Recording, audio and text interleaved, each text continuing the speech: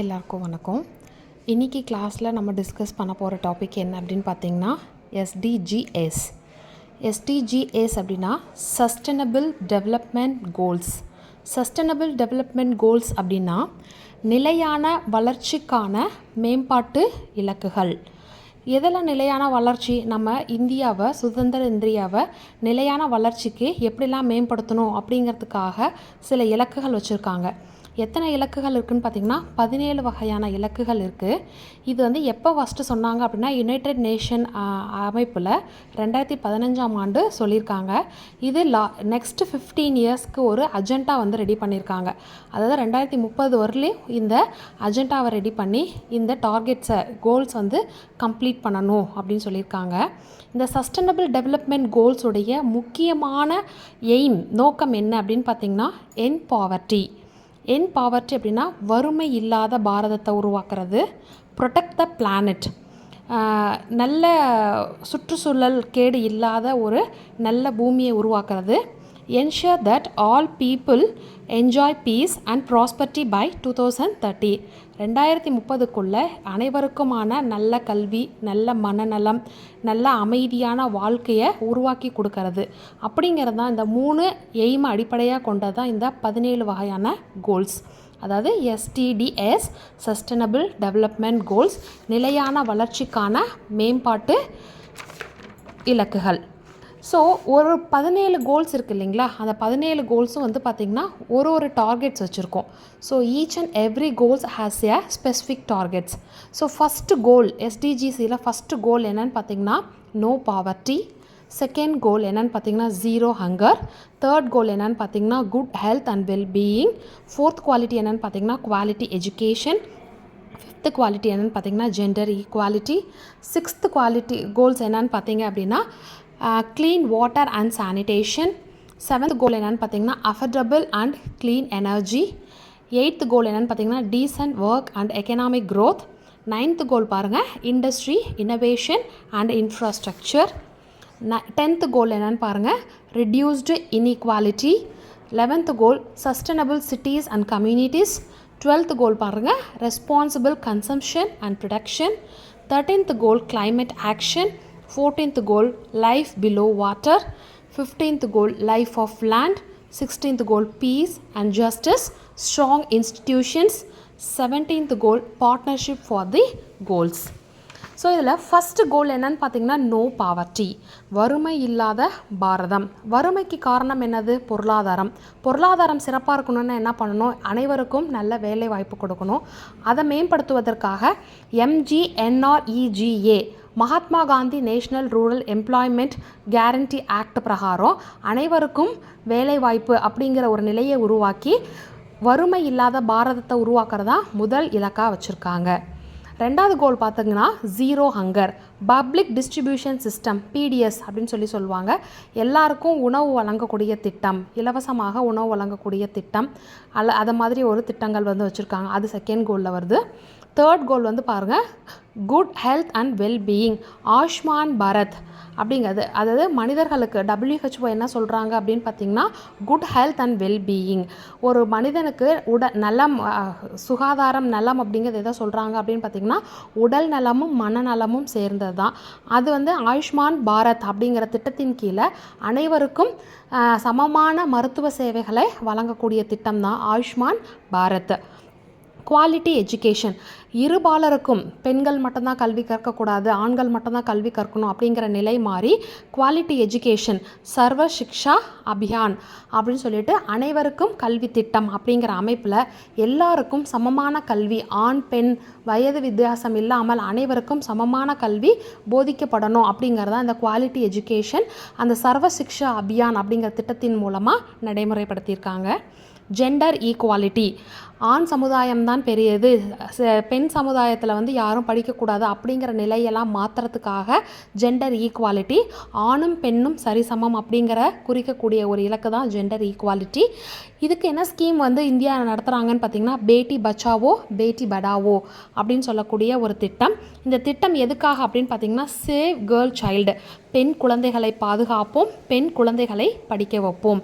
Save child health, educate the girl child அப்படிங்கிறது தான் பேட்டி பச்சாவோ பேட்டி படாவோ அப்படிங்கிற திட்டத்துடைய நோக்கம்.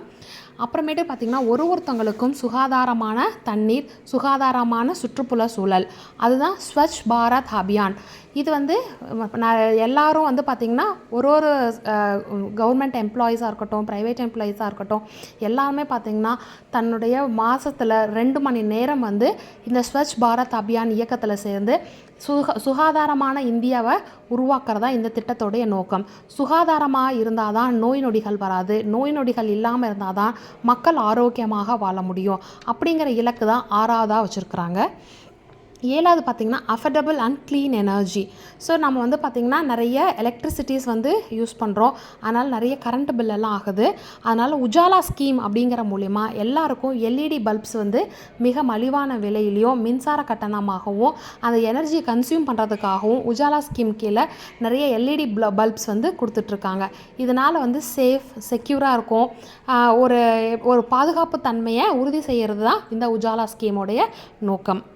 Decent work and economic growth. So ஒருவருக்கும் அவங்கவுங்களுடைய தகுதிக்கு தகுந்தாற் போல் அவங்களுடைய எக்கனாமிக் வந்து வளரணும்.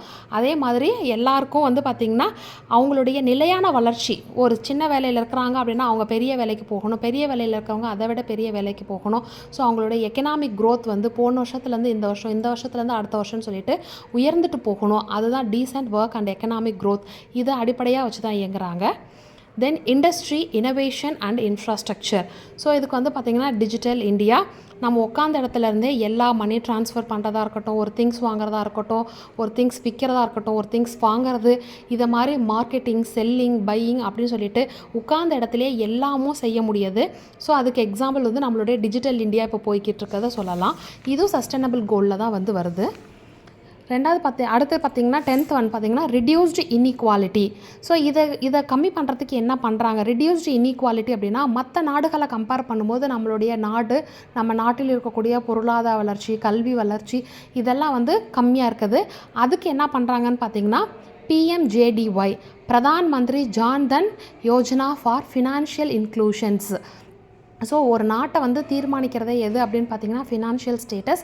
அந்த ஃபினான்ஷியல் ஸ்டேட்டஸை இம்ப்ரூவ் பண்ணி மற்ற நாடுகளுக்கு நம்ம நாடும் சரிசமம் தான் அப்படிங்கிற அந்த ஈக்குவாலிட்டியை கொடுக்கறதுக்காக ஒரு திட்டம் எடுத்துகிட்டு வந்து அந்த திட்டத்தின் மூலமாக நிறைய சேவைகள் வந்து வழங்கிட்டுருக்காங்க. சிறு கடன் உதவி, பெருக்கடன் உதவி அதெல்லாம் வந்து செஞ்சிட்ருக்காங்க. Then sustainable cities and communities. So நிலையான வளர்ச்சி பெற்ற ஒரு சமுதாய அமைப்பை உருவாக்க வேண்டும். அந்த சமுதாய அமைப்பு எப்படி இருக்குன்னு பார்த்திங்கன்னா கூரை இல்லாத வீடுகளாக இருக்கணும். கூரை வீடுகளாக இருந்துச்சுன்னா ஈஸியாக தீப்பற்றி அங்கே வீட்டில் இருக்கக்கூடியவங்களுக்கு அபாயம் இருக்கலாம். இடிந்து விழக்கூடிய வீடுகள் இருக்கக்கூடிய அந்த மாதிரி கட்டமைப்புகள்லாம் இல்லாமல் நல்ல கான்க்ரீட் போட்ட கட்டமைப்புகள் இருக்கக்கூடியது, ஸ்மார்ட் சிட்டியாக இருக்கிறது, சேஃபஸ்ட் சிட்டியாக இருக்கிறது, ரொம்ப சைலண்ட் சிட்டியாக இருக்கக்கூடியது. இதுதான் வந்து இதனுடைய 11வது கோலாக வந்து வச்சுருக்காங்க. Responsible consumption and production.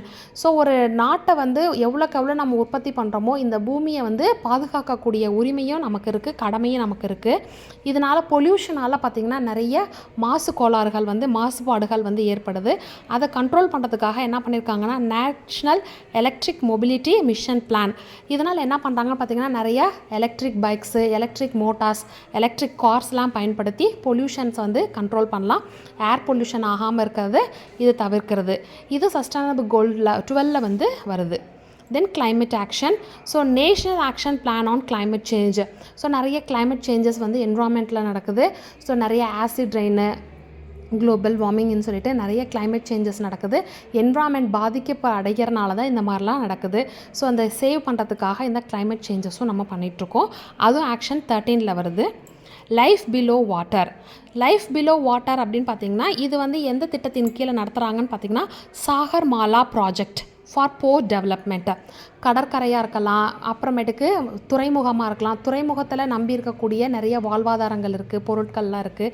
So அதெல்லாம் வந்து பண்ணுறதுக்காக சாகர் மாலா ப்ராஜெக்டின் திட்டத்தின் மூலமாக அந்த தண்ணீர் நீர் வாழ்வொலை உயிரினங்களை பாதுகாக்கவும், அதனால் வரக்கூடிய எக்கனாமிக்கல் ஸ்டேட்டஸை இம்ப்ரூவ் பண்ணதுக்காகவும், ஹார்பல் துறையில் இம்ப்ரூவ் பண்ணுறதுக்காகவும் இந்த சஸ்டைனபிள் டெவலப்மெண்ட்டில் லைஃப் பிலோ வாட்டர் அப்படிங்கிற கீழே Sagar Mala project for port development அப்படிங்கிற ஒரு திட்டத்தையும் வந்து செயல்படுத்திகிட்டு இருக்காங்க. 15th கோல் என்னன்னு பார்த்தீங்கன்னா லைஃப் ஆஃப் லேண்டு. நம்ம வாழக்கூடிய பூமி நமக்கான சொந்தமான பூமி. இந்த பூமியை நம்ம எப்படி கவர் பண்ணணும் அப்படின்னு பார்த்தீங்கன்னா ஃபுல் அண்ட் ஃபுல்லி ட்ரீஸால் கவர் பண்ணணும். ஒரு மரம் வைக்கிறது ஒரு மரம் சொல்லுவாங்க, அதுவே பல மரம் இருந்துச்சு அப்படின்னா ஃபாரஸ்ட்டுன்னு சொல்லுவாங்க. முடிஞ்ச அளவுக்கு ஃபுல்லாக க்ரீன் ஆக்கணும். So that scheme is called as a green India mission. So completely covered with forest area. So forest area means வந்து ஃபாரஸ்ட்டாக இருக்கணும்னு சொல்லலை, ஒரு வீட்டுக்கும் ஒரு செடி மரம் வளர்க்குறது நம்மளுடைய என்விரான்மெண்ட்டை சுத்தம் பண்ணுறதுக்காகவும் நமக்கு தேவையான ஆக்சிஜன் கிடைக்கிறதுக்காகவும் இருக்கும். இப்படிலாம் நம்மளுடைய லேண்டை வந்து பாதுகாக்கணும். அதுவும் வந்து பார்த்திங்கன்னா 15th கோலில் வந்து சொல்லியிருக்காங்க. Then peace, justice, strong institution. So நம்ம வந்து இவ்வளோ ஒரு பொருளாதாரம், கல்வி, ஹெல்த்து, சுகாதாரம், நமக்கு தேவையான மெடிசன்ஸ் இது எல்லாமே இருந்ததுனாலும் மக்கள் வந்து ஏதாவது ஒரு பிரச்சனை அப்படின்னா நீதி வழங்குறதுக்காகவும் அமைதியான வாழ்க்கையை வாழ்கிறதுக்காகவும் செஞ்சுருக்காங்க. அதனால் ஏற்படுத்தியப்பட்ட திட்டம் தான் வந்து Aadhaar card project. Aadhaar project for unique identification. ஒரு இந்திய குடிமகனும் அவங்களோட ரெசிடென்சியை வந்து தனித்தனியாக வந்து ஃபோட்டோ எடுத்து அவங்கவுங்களுக்கான ஆதார் வந்து அப்டேட் பண்ணிக்கிறது. இது வந்து எத்தனாவது கோலில் வருதுன்னு பார்த்தீங்கன்னா 16th கோலில் பீஸ் அண்ட் ஜஸ்டிஸ் ஸ்ட்ராங் இன்ஸ்டிடியூஷனில் வருது. ஸோ இது ஆதார் ப்ராஜெக்ட்ஸில் வந்துடுது. Then partnership for goals. International goals of solar alliances for global cooperation on solar energy. So நமக்கு வந்து நிறைய எனர்ஜி சோர்ஸஸ் வந்து கிடைக்கிது. நம்ம மேக்ஸிமம் வந்து சோலார் எனர்ஜி வந்து பார்த்திங்கன்னா பொல்யூஷன் ஃப்ரீ. நம்ம அதெல்லாம் வந்து பார்த்திங்கன்னா கை கொடுத்து கோர்த்து நம்ம வந்து சுத்தமான பாரதத்தையும் என்விரான்மெண்டல் வந்து ரொம்ப சுகாதாரமாக வச்சுக்கிறதுலையும் நோய் நொடிகள் இல்லாமல் ஆரோக்கியமாக வாழ்கிறதுலையும் இந்த கோல்ஸ் வந்து இருக்குது. அதனால் ஒரு கோல் இன்னொரு கோல் கூட இன்டர்லிங்காக தான் இருக்கும். ஸோ இந்த சஸ்டைனபிள் கோல்ஸ் அப்படிங்கிறதா என்னோட டாபிக். இதில் வந்து பார்த்திங்கன்னா 17 இன்டர் கனெக்டட் கோல்ஸ் இருக்குங்கிறத சொல்லியிருக்கோம். இது வந்து பார்த்திங்கன்னா அடிக்கடி இந்த சஸ்டைனபிள் டெவலப்மெண்ட் அப்படிங்கிறது கடக்காமல் எந்த ஒரு செட் கொஷின்ஸுமே வந்தது கிடையாது. ஸோ லாஸ்ட்டாக 2012 கூட என்ன கேட்டிருக்காங்கன்னா எஸ்டிஜிஎஸ் கோல்ஸ் வந்து எத்தனைன்னு கேட்டிருக்காங்க. So answer is 17. தேங்க்யூ.